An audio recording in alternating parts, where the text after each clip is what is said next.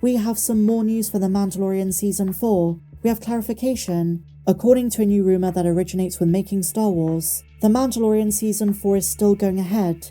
In fact, it is the basis for the recently announced Mandalorian and Grogu film. So what's going to happen according to this rumour is The Mandalorian Season 4 is going to run as usual, production begins soon, and this is how it interweaves into the movie. We're getting 6 episodes of standard Mandalorian content on Disney Plus instead of 8. The reason being what would have been the 2-episode finale is Jon Favreau's Mando and Grogu movie.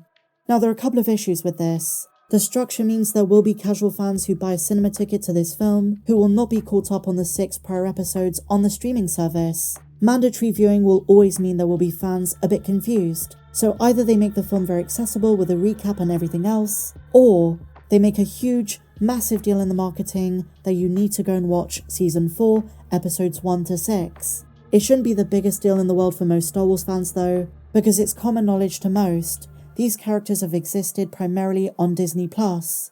The Mandalorian and Grogu are 2 characters which are staples of a primary factor in which fans pay for the service. Let's be real. Their popularity is immense. It was the most streamed show of 2023. So Disney probably realise fans will make that transition from the small screen to the big screen. They would kind of have to anyway. We're already 3 seasons in. They were never going to start from scratch. It's a fascinating concept though, certainly not what I expected Star Wars to do, but take every rumour with a pinch of salt. Bespin Bulletin are convinced the Mando movie is going to take the 2026 slot. Daisy Ridley recently said she doesn't know when her upcoming Rey movie is going to be, and according to a new report, Stephen Knight has yet to complete a single draft. Here is the quote from Making Star Wars. Today I was told that Stephen Knight hasn't written his draft. He hasn't got to it yet. The scheduling and the stars did not align. Stephen was simply the guy they picked and who they could get in that moment following Damon Lindelof's exit, and it never lined up. I'm not saying he is off on it, I'm not saying that he's going to write it or not going to write it, I don't know. So, even though Daisy Ridley herself has said there is a plan, she knows the vague story Sharmeen Obaid-Chinoy wants to bring, there is no script. And it sounds to me like it's another doubtful project. They're probably not going to cancel it, but what I do think is going to happen is it's going to be pushed down the road. And this leaves open more space for more Mando, which means the priority for the near future is going to be Jon Favreau's Mandalorian movie and Season 4. I see that as a massive win, because it probably means Season 4 is going to start streaming in 2025 and lead into the movie in 2026. Production, according to Making Star Wars and according to StarWars.com, is going to happen very soon. We're talking in a matter of months. And just to finish on this Mando subject, a question I'm seeing in a few circles is who should be the villain. Now the obvious answer is Thrawn, Grand Admiral Thrawn, the Imperial Remnant. But considering we have at least 2 Mandalorian movies coming, with possibly it becoming a trilogy, I can definitely imagine John and Dave throwing us a curveball and including some kind of Force sensitive. I don't think it's implausible to think, in the known galaxy, so I'm not talking about Peridea with Baylan, Shin, Ahsoka and Sabine, Thrawn might be taking over Gideon's cloning plans, or creating his own, the Night Sister stuff. It's just me being speculative, and with Thrawn united with the Great Mothers on Dathomir, it could be a fantastic way for Dave Filoni to respect some unused George Lucas concepts. If the end of Season 4 warrants a big screen movie, they should go all out.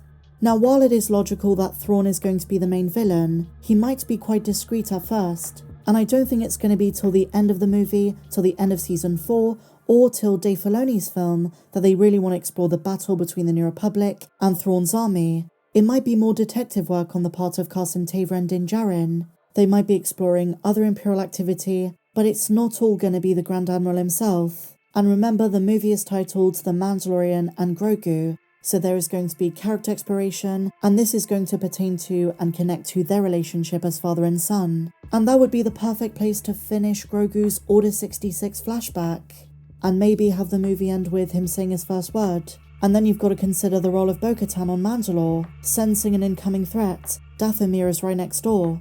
Absolutely endless possibilities. And so moving on, my dear friends, at the time of making this video, we're not even 2 weeks into 2024. We've already had a bunch of different exciting announcements, and there is, without a doubt, a lot to look forward to. But just for our next segment, we're going to look ahead to 2025, which in my opinion is going to be a phenomenal, if not iconic year for a very different reason. We are finally hearing word from various sources that the second season of Andor releasing in 2025 has resumed production. And did you know with the final season of the show releasing, the creation of a new Star Wars mini-trilogy will be complete, Andor Season 1, Season 2, and Rogue One, which Tony Gilroy recently promised is going to flow seamlessly together. Never has a rewatch been so anticipated. There are already so many connections between the Disney Plus show and the 2016 movie. I can't wait to watch all 3 chapters back to back.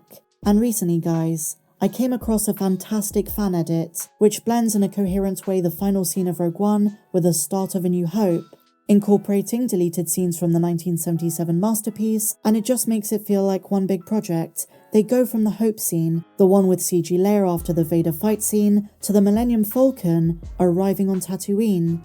And then they transition to Luke and his friends at Tosche Station, such an iconic Tatooine location. And by the way guys, do you remember when we saw Cammy Marstrap and Fixer in the Book of Boba Fett? I think we as a fandom moved on from those cameos way too fast.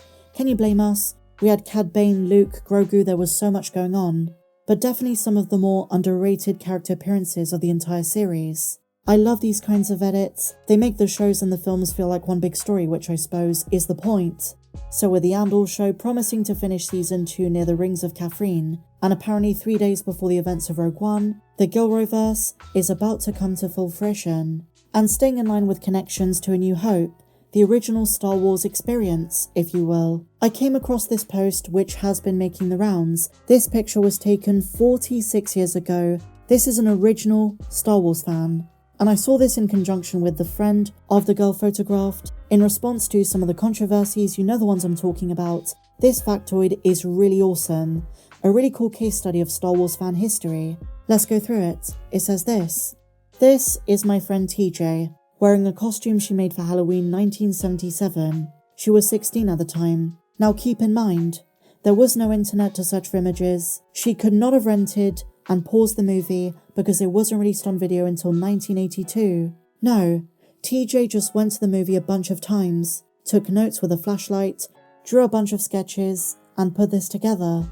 In 1977, an extremely impressive X-Wing pilot outfit, and I've got to say, she did a phenomenal job. But I love to see fan passion and hear fan stories from the OGs, those who were there from day one. I'm a prequels girl. The trilogy of my youth, the one I identified the most with was George Lucas's prequel trilogy. We all have our stories of how we got into the franchise, and this will be true of every trilogy, every iteration of Star Wars, even Disney Plus. Believe it or not, there are kids now that in a decade's time will be saying that their Star Wars was Disney Plus, or the sequel trilogy. Fandom evolves.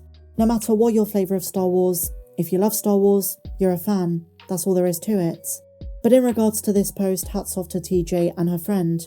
But what do you guys think? Share your thoughts on everything we spoke about in the comments down below. And if you enjoyed this one, please be sure to give me a big fat thumbs up, subscribe if you're new, and I'll see you in the next video. May the Force be with you, always.